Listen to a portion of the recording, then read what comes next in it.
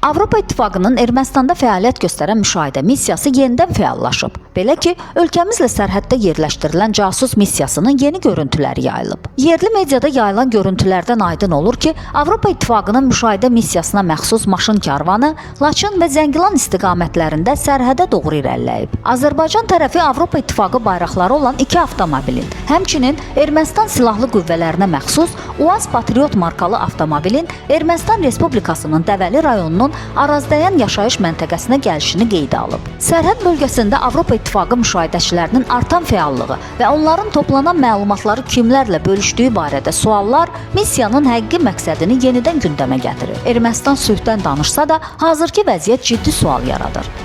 Əgər məqsəd sabitlikdirsə, niyə missiya məhz Ermənistanın maraqlarına uyğun şəkildə hərəkət edir və sərhəddə vəziyyəti daha da mürəkkəbləşdirir? Bu qeyri-müəyyənlik Ermənistanın sülh niyyətinin səmimiliyini də şübhə altına qoyur. Missiyanın tərkibindəki şəxslərin keçmişdə NATO və digər hərbi kəşfiyyat strukturlarında çalışması bunu bir daha sübut edir. Bu missiya Azərbaycan ordusunun sərhədyanı bölgələrdəki mövqelərini araşdırmaq və rəsmi Bakının müdafiə planları haqqında kəşfiyyat məlumatları toplamaq üçün istifadə olunur. Bu missiya Azərbaycan ordusunun sərhədyanı bölgələrdəki mövqelərini araşdırmaq və rəsmi Bakının müdafiə planları haqqında kəşfiyyat məlumatları toplamaq üçün istifadə olunur. Azərbaycan və Ermənistan arasında imzalanması gözlənilən sülh müqaviləsinin mətnində üçüncü qüvvələrin regiondan çıxarılması yer alır.